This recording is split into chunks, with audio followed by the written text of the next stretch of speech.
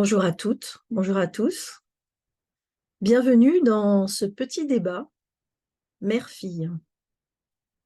Donc je suis avec ma fille qui, pour des raisons d'anonymat, n'apparaîtra pas à l'écran et qui, pour des raisons d'anonymat, et que pour des raisons d'anonymat, pardon, je vais appeler Sunshard.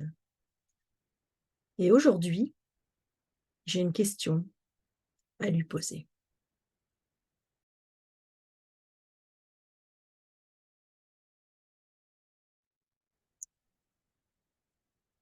Bonjour Sunshard, Bonjour!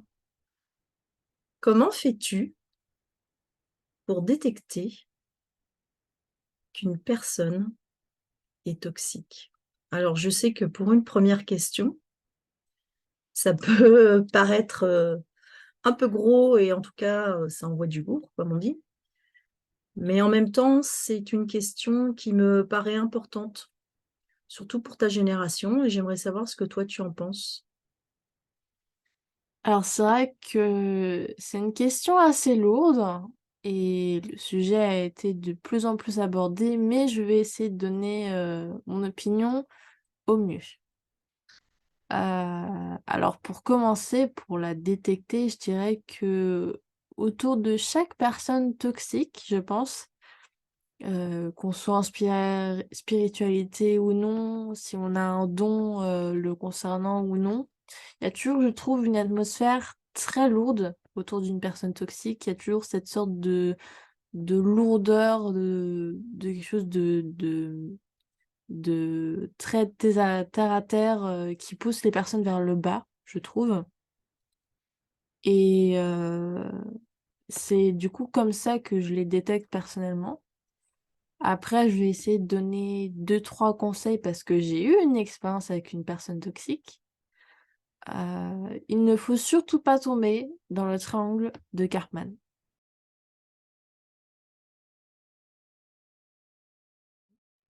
Alors Ah, alors qu'est-ce que c'est que le triangle de Karpman? Est-ce que tu peux nous expliquer un petit peu avec tes mots à toi? Euh, alors, avec mes mots à moi d'une personne qui a une vingtaine d'années, pour moi, le triangle de Karpman, c'est, évidemment la personne sauveuse qui veut à tout prix aider, intervient alors qu'elle ne devrait pas forcément le faire. Une victime qui s'apitoie, sur son sort, avec une sorte de fatalité qui s'abat sur elle, et qui subit tout le temps.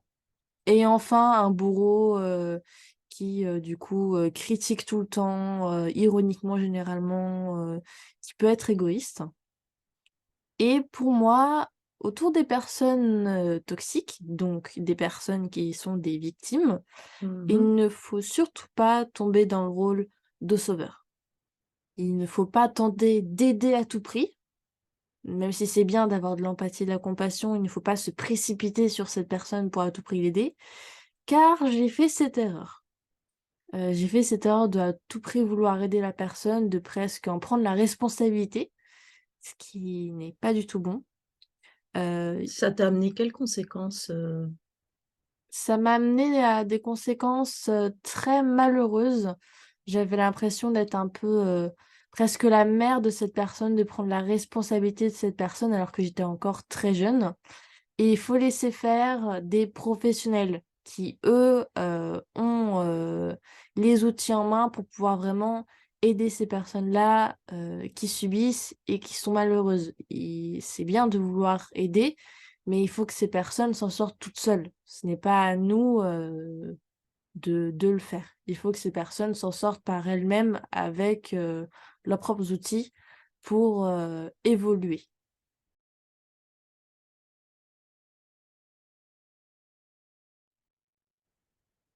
Ok, donc c'est une belle approche, hein. Donc, est-ce que tu vois d'autres choses à dire ou d'autres astuces à donner, et notamment par rapport à l'expérience que tu as vécue? Parce que, en fait, comment tu as fait pour basculer à un moment donné et te rendre compte que justement, il y a quelque chose qui clochait? Alors j'avoue qu'au début, j'ai plongé la tête la première dans le problème. Je me suis précipitée pour aider la personne, je me suis dit, «Et elle a l'air vraiment d'aller mal, ça serait bien de la rassurer» et cetera et malheureusement, j'ai fait cette erreur de ne pas prendre de recul. J'ai fait l'erreur de me dire, «Bon, bah, c'était, mon rôle à moi, de vouloir, l'aider», ce qui était tout à fait, faux. Il faut se dire, 5 secondes, de prendre du recul sur la situation et il y a un moment, même lorsqu'on se jette la tête la première dans le problème, où on réalise qu'il y a quelque chose qui ne va pas et c'est ce moment où généralement on va très mal. C'est un point de rupture qui fait qu'on se rende compte que ce n'était pas notre rôle. Il y a une sorte de point, de non-retour où on se dit: «Ce n'est pas normal que ce soit moi qui prenne responsabilité Voilà, de cette c'est personne». Nous sommes responsables de personne, ce n'est pas à nous de prendre soin d'une personne. La personne à laquelle on doit faire le plus attention en premier lieu, c'est nous-mêmes. Ça peut paraître égoïste, mais c'est vrai. Car si on surveille, les problèmes des autres personnes, qui va surveiller nos propres problèmes et nos propres, Qu'est-ce que t'entends par surveiller? Parce que surveiller, je trouve que le terme est peut-être un peu fort, c'est-à-dire que c'est faire attention, c'est prendre, oui, j'avoue que le terme surveiller n'était pas le bon. C'est en effet plutôt faire attention, prendre soin, en effet. mmh. C'est plutôt prendre soin de nous-mêmes, plutôt que de prendre soin d'une autre personne, qui doit se faire aider par des professionnels, en effet. Le terme surveiller est un peu fort. C'était juste pour éclaircir, un peu, ce point. Bah, merci beaucoup.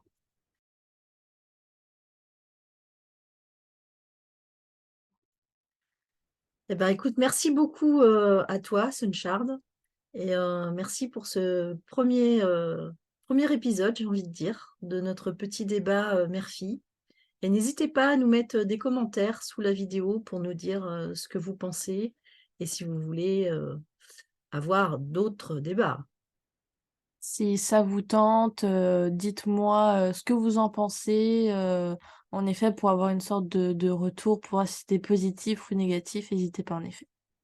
Et puis si vous avez des questions sur lesquelles, vous-même vous aimeriez bien que Sunshard et moi, débattions, ça serait sympa aussi de nous les mettre, sous la vidéo. Voilà.